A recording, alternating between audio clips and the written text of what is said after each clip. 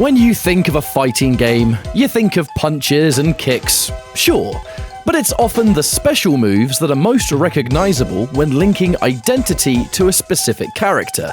They're a huge part of 2D games, and even since the very beginning of the genre, whether it was the Hadouken, the Trailblazer, or the Spear, you always knew which character had what. But what happens in a tournament setting where characters are being played at the highest level? Is every move good? The short answer is no. Sometimes characters will be perfectly fine in their own way, but they'll have the odd special move that is so bad and unfitting with the character's design, they often just get totally ignored due to how pointless they are. And that is where today's countdown video comes into play. My name is Ketchup, and these are 5 special moves in Mortal Kombat that are absolutely dreadful, and not even worth using at the highest level of competition. If you enjoyed this video, as always, make sure to check out my other stuff, and maybe even consider subscribing to the channel for future content to come. Our first entry comes in the form of SubZero's ground freeze in Mortal Kombat 9. Now, the ground freeze historically has always been a good move. It's often fast, unblockable, and it just gives an extra layer to SubZero, especially in the classic era of the series. This unfortunately was not the case in MK9, and even more so because in this game, the ground freeze was a strong special move in the early days of the game's lifespan. SubZero could perform a reset combo where the enhanced ground freeze would actually recapture the opponent, but it would reset the combo, giving Sub access to even more damage and a nice layer of threat for the cost of his resources. Essentially, you think Smoke, Jax, and Cyrax resets, and you're basically on the same level in terms of how it works. The issue is, this reset combo was one of the first to be discovered very early on in the game's lifetime, and due to the patches the game would receive, would be removed very quickly. This left the ground freeze in a position where it's slow, extremely telegraphed, and no longer usable. People would try to gimmick a reset by maybe using it meaty on the opponent's wake-up or something, but MK9 had invincible wake-up attacks, so this was not reliable or viable. A special move that was so good for such a short amount of time and in a single patch made the move so useless in the grand scheme of things that SubZero players would ignore it entirely, sticking to their defensive foundations with Ice Clone for their game plan.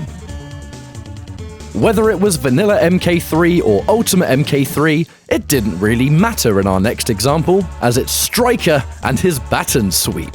Stryker as a character may not be the most competitively viable pick in Ultimate MK3, but he is a lot of fun. Those that like large combos will have a great time mastering his infinite thanks to the gun special he was given, and he's an enjoyable character if you want to change things up in a game that's been out for such a long time. Whether it's the grenade variants, baton charge, or gunshot, you have everything that you need here. But there is one special move that you may have forgotten about, or perhaps didn't even know existed, and trust me, there's a good reason for it. Stryker uses his nightstick in another special move. It's called the Baton Sweep. This gives a knockdown, and that's it.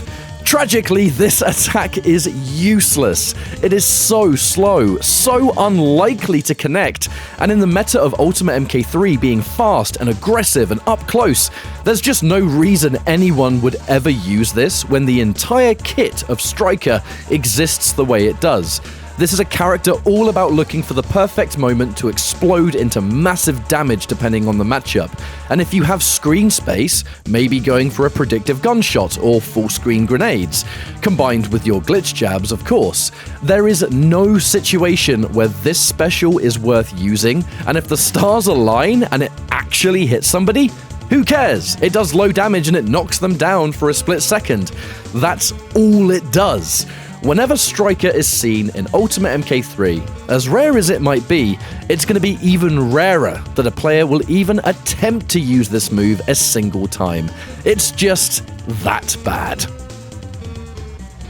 When we think of Shao Kahn, we often think of the famous voice lines. the taunts that he does. This guy is the big bad of the franchise so often, and the fact that he ridicules you mid-fight is so memorable to MK fans around the world. But what if I told you there was a Mortal Kombat game where his taunts were detrimental to his design? So bad that they hindered you for even trying to go for them. That answer lies in MK Deception, but not the regular release, the GameCube-specific release in North America that launched later. That's the one that had Shao Kahn playable. Now, I recently covered Shao Kahn in detail for an episode of Competitive History, so I don't want to go into his entire moveset here or anything. Just know that he's strongly considered the worst character in the game. He simply doesn't work and he's way too unsafe for no reward whatsoever. That's the basic. The move I want to focus on here is his Ridicule, a taunt that is supposed to heal Shao Kahn on use. And that sounds decent, doesn't it? There's a few problems though. The taunt takes a million years to recover, so you're never going to get this finished before getting hit for free. So you're basically going to be trading a combo breaker for a tiny amount of health back, and trust me, that ain't worth it. It has a far greater issue though, where after a mere few select uses, the entire special becomes no longer usable. It just doesn't come out. I find this funny because it's almost like the move is so bad, and you've probably been hit out of it a few times anyway, that the game is just saying, for the love of God, leave this move alone, it's not worth it! Shao Kahn is such a cool character, but in this game, he is dreadful, and his taunt is by far one of the worst things about him, and probably the worst taunt attack in Mortal Kombat history. I genuinely can't think of a worse one. What a shame. Keeping in the lane of 3D Mortal Kombat, it's time for Hao. Now look, I don't want to pick on this guy, I know some of my subscribers actually really like this character, and that's fine.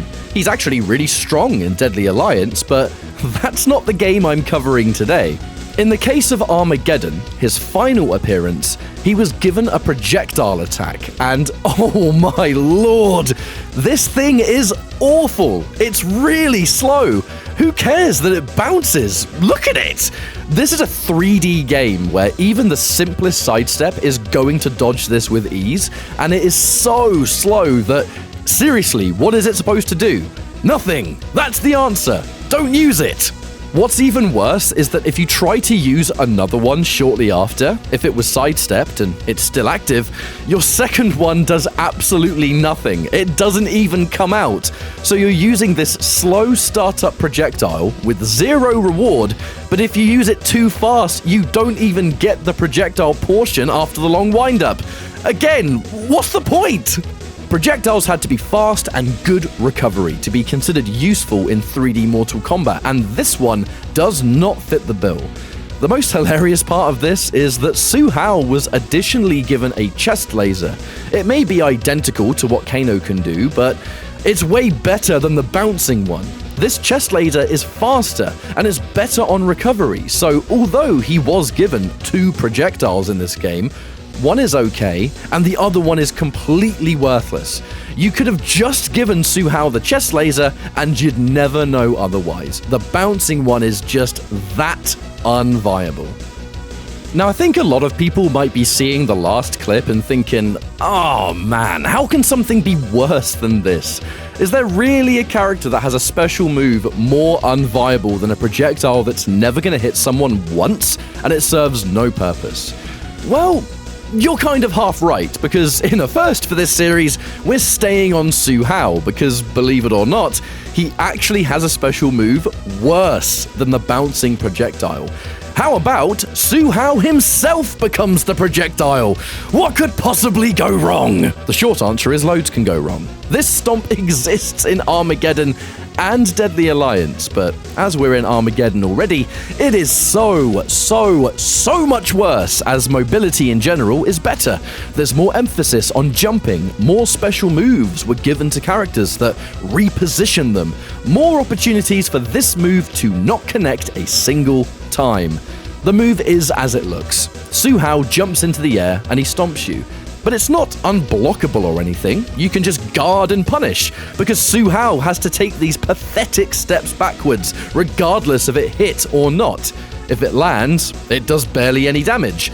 The hitbox is absolutely worthless, and sometimes it completely misses, even if it's clearly touching them. This stomp right here ticks all the boxes for what you would call a terrible special move. It serves zero purpose. It doesn't do enough damage to be worth it. It's colossally unsafe for no reason. It misses more times than it hits by a significant margin. This attack is not something the opponent has to be afraid of. It's something you should be afraid of, because it's far more dangerous to Shao than it is to whoever you're fighting. And that, my friends, is something that you want to avoid using at all costs. And that's going to be our latest episode in this countdown series. It's been really good jumping into these games and kind of just finding moves that are absolutely terrible. A nice trip down memory lane, I think, but one that's a little bit of a good time to do so. Happy New Year, everybody. I hope the holiday season was more than enjoyable for you, and stick around as the content has no signs of slowing down, I'll tell you that much. Thank you for watching, take care, and I'll see you next time.